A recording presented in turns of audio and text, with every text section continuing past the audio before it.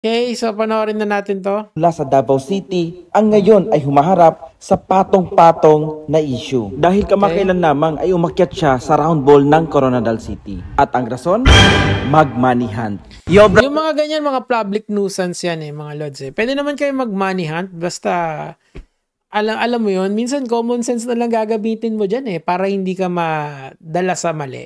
Pero wala Tuloy natin to. Brothers and sisters, so nakausap ko na ang city government ng Marbel and sinabihan ako na bawal pala yung ginawa ko Ba't di nila kasuhan? Kahit unjust vexation lang para madala. Kasi pag hindi nyo kinasuhan yung mga ganito, mag-aano lang yan, gagawin lang nila yan ng paulit-ulit, di ba? Kasi nakukuha naman sa sorry di bakit kailangan pang bakit kailangan pang asawayin, 'di ba? Pagsasabihan mo, magsosorry tapos uulitin uli, 'di ba? Mali tuloy. And yung ginawa ko sa round ball. So I would like to deeply say sorry na nagawa ko 'yon out of curiosity and wala ako idea. Katangahan lang, simpleng katangahan. Nabawal 'yon. So okay na daw. Thank you and sorry. Bless and love. Pero pagkatapos ng isyong iyon, ay meron na naman siyang bagong kinakaharap. Ito ay ang pagpo-post niya ng looking for baboy na halal. Na alam Okay, so of course, masama, haram kasi kumain ng or bawal kumain ng baboy sa religion ng Muslim, pero itong tao na to talagang pinupush niya yung boundaries ng kung ano yung pwede sa hindi. Sabi ko nga sa inyo, di ba, may parang deviant behavior tong tao na to, and eventually you will get caught dyan tuloy natin. naman natin na ito ay kabastusan sa relihiyong Islam. Kapatid, Correct. magkano tong baboy nyo?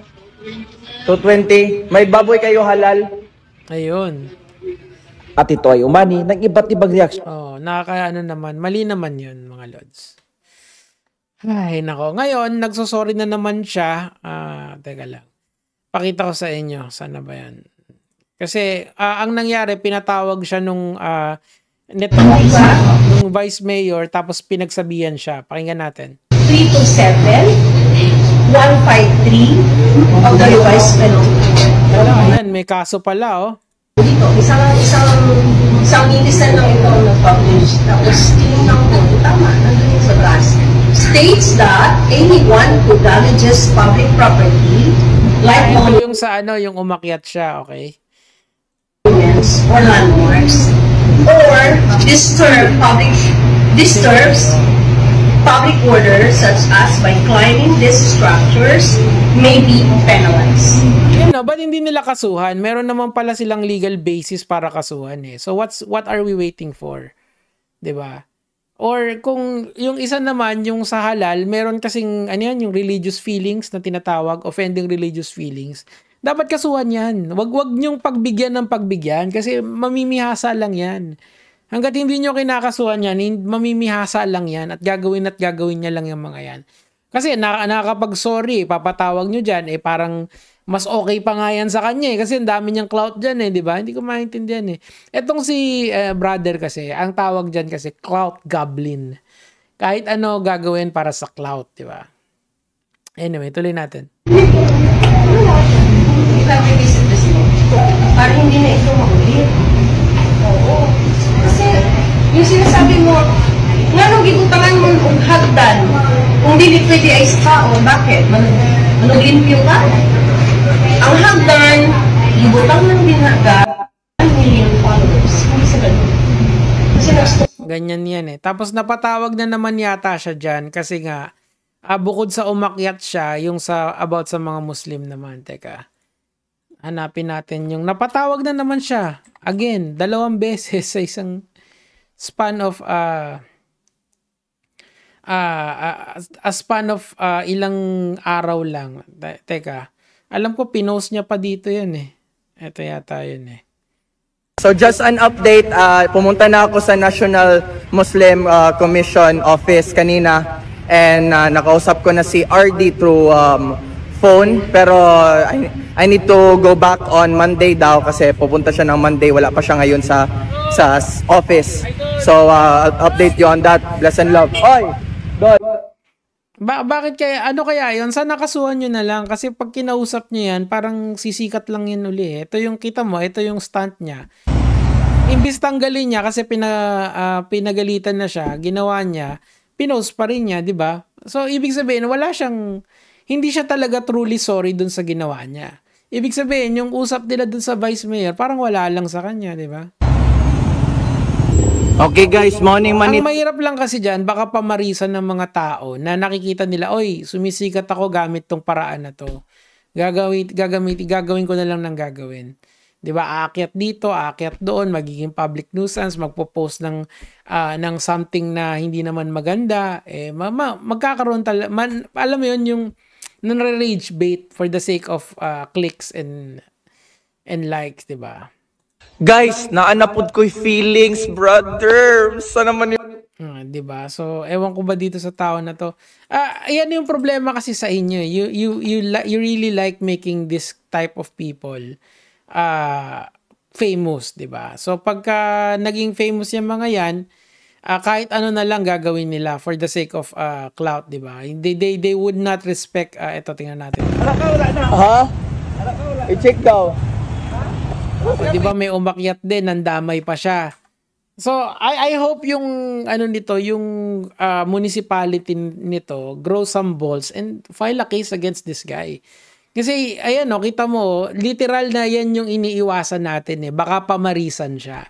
So, dapat walang exception. Ibig sabihin, kung bawal talaga yan, may basis naman sila, then file a case against that person. 'Di ba may binasa siyang batas yung vice mayor So, ngayon, ang nangyari, merong kadamay. Kasi nakita nila si Idol umaakyat. Idol! Umaakyat siya. So, anong ginawa? Papamarisan siya. Ayan, no? Paspasan ni Moy, wala pa man kay 2 minutes. Wala pa 2 minutes na upload. Kuha, brother, nakuha.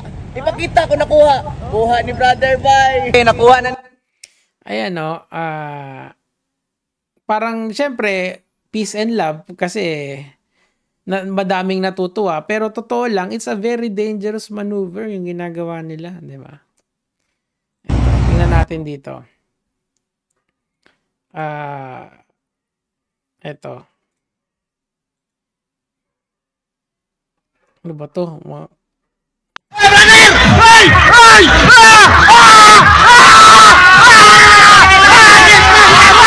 Parang tuwang-tuwa kasi siya dun sa kasikatan Eto. Sabi dito sa comment section, babasahin ko sa inyo.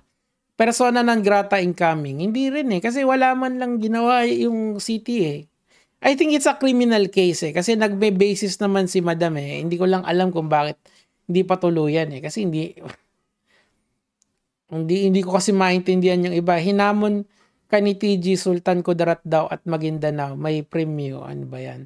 Hindi ko naiintindihan yan. Persona non grata dapat dyan. Hindi, wag persona non grata. Kasi nga, ang persona non grata kasi, sasabihin lang ng state or ng city na he is an unwelcome person. Pero magsasubsist pa rin siya dun sa area na yun or mag-i-exist pa lang siya. Dapat kasuhan siya dyan kasi it could be a precedent sa mga gumagawa ng ganyan. Kasi ibang gumagawa naman ng ganyan, hindi naman nila linalagay sa mga alanganin na pwesto na pwedeng makadisturb ng peace, 'di ba? Lalagay lang nila sa isang parking lot, ganun lang sa mall, ganun lang, doon lang sa malapit na matao, ganun lang yung ginagawa ng ibang gumagawa nitong challenge na to. So, yun, pwede yun. Wala namang problema doon, di ba? Pero pagka ilalagay mo siya sa places na, yan, katulad yan, monumento yan, di ba?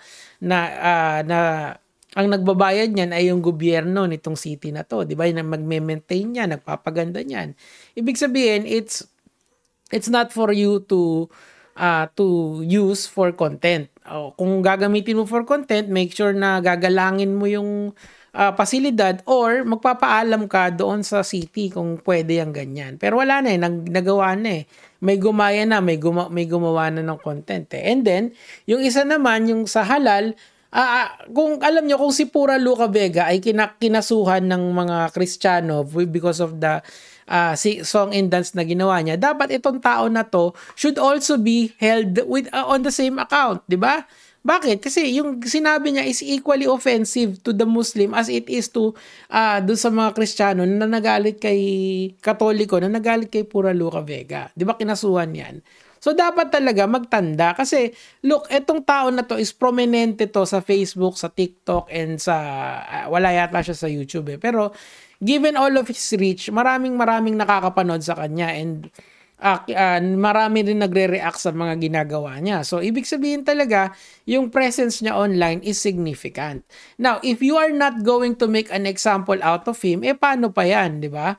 Ang iisipin niya, tama yung ginagawa niya, So just an tama yung ginagawa niya kasi maraming nagla-like sa kanya, maraming nagko-comment ng nakakatuwa siya, maraming nagpapa-picture sa kanya. Meron siyang validation na nakukuha doon sa ginagawa niya. Mali naman 'yon, 'di ba? Gets nyo? Sana lang maintindihan nyo yung mga punto ng mga ganitong video. It's frustrating kasi parang every year meron mga ganitong nag-i-exist na tao just to disturb the peace and then say nasty shit na talagang offensive and below the belt. And then when we see another person na wala siyang nakukuhang validation or more dislike siya yung ipapako nyo sa krus. Ang sinasabi ko lang, kung papako kayo sa krus sa mga tao, isali nyo rin tong tao na to. And doon din sa please stop kausapin lang. Do something legal about this guy. Kasi this will only get worse through the years. Believe me. Yun lang naman yung sa akin for today, mga lod.